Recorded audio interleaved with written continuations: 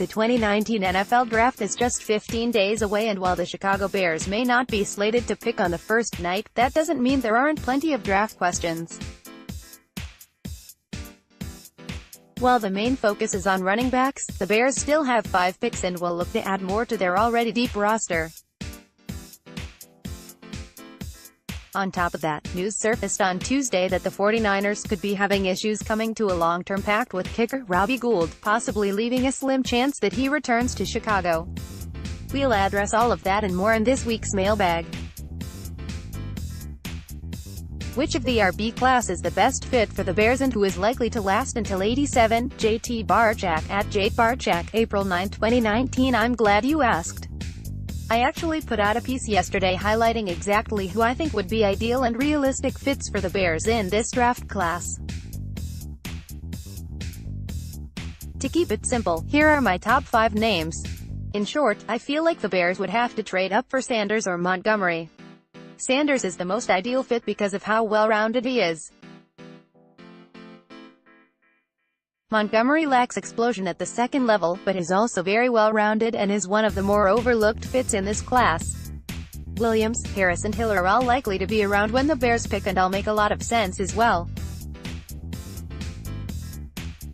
It's worth noting that the Bears have met multiple times with Sanders and Williams. Those meetings include top 30 visits, and they've also worked out Sanders. All in all, the team has spent 8 of their top 30 visits on running backs and met with 15 overall.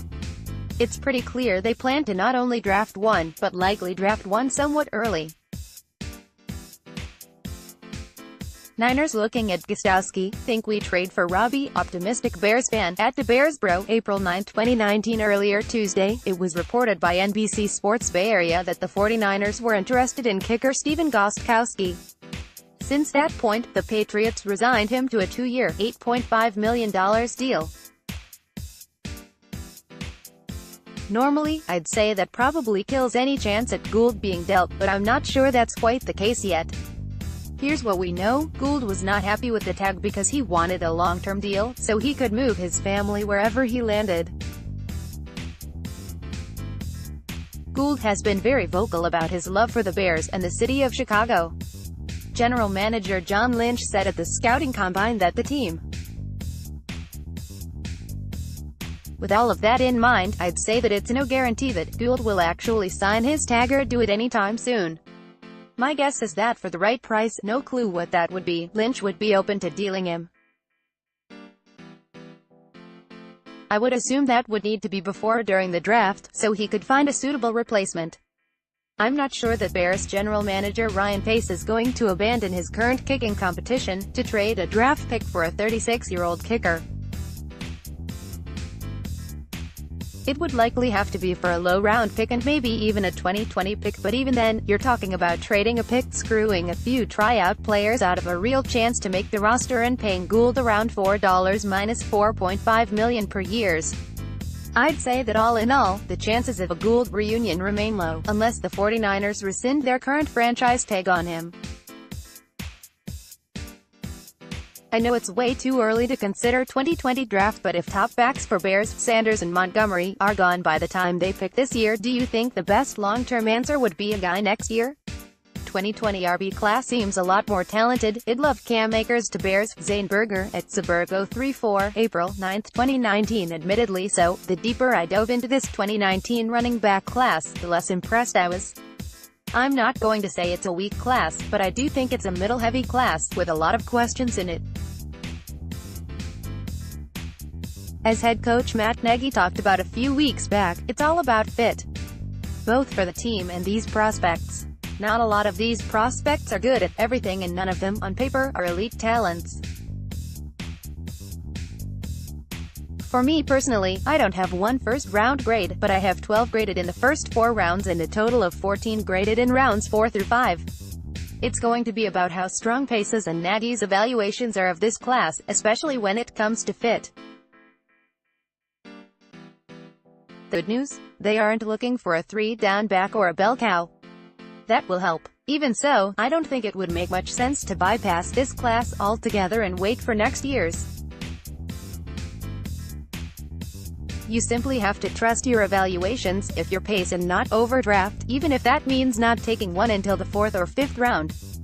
Also remember, even if they draft one in a few weeks, it doesn't mean they can't spend a higher pick on one next year if one of Mike Davis or their pending draft pick don't work out. It sounds to me like Rodgers is making excuses about last year. Kind of odd he comes out with this story after all the stories about how huge egos destroyed the Packers. If he was that injured, why continue to play, especially after they were out of it? Sounds like excuses to me. What are your thoughts? Jerry Sternadell, via email. As most Bears fans are aware by now, Aaron Rodgers made headlines last week. Tyler Dunn wrote an excellent article detailing the fallout between the quarterback and his former head coach, Mike McCarthy. The premise of the piece was based on Rodgers' reported ego and disdain for McCarthy. It's excellent, and I would suggest taking about 20 minutes out of your day to read it if you already haven't. Since that point, Rodgers has come out and somewhat refuted most of the information in the article. The problem? The sources came from within the Packers organization, whether it was scouts or former players, some of which attached their names to it. Also, when Rodgers spoke about it, he didn't exactly deny a lot of the information. He simply discredited Dunn and the outspoken sources in former tight end Jermichael Finley and receiver Greg Jennings. Since then, he has also come out and said that he played last year on a broken leg and sprained knee, both of which were sustained on Roy Roberts and Harris's sack that came in their Week 1 matchup. Now, I'm not going to say Rodgers was making excuses, because I don't believe that he was. I felt for most of the year that whatever happened on that play that caused Rodgers to miss close to a quarter in the season opener, hampered him for most of the season. What I do think it brings in question is the quarterback's overall durability. This was the second year in a row in which he had a serious injury. Yes, he played all 16 games, but the year before he missed the majority of the year with a broken collarbone. At 35 years old, you have to wonder if his body is breaking down after years of abuse. What is even more interesting is that the team just extending him, and they can't really get out from underneath his contract until the 2022 off-season. If Rodgers continues to break down and can't stay healthy, this perceived Packers' newfound window could close before it even opens. I would also question how well a fit between a young offensive-minded head coach with no NFL head coaching experience and a strong-willed quarterback like Rodgers will work out. Only time will tell, but I'd say there are more questions now than there was when the offseason first started in regards to the Packers.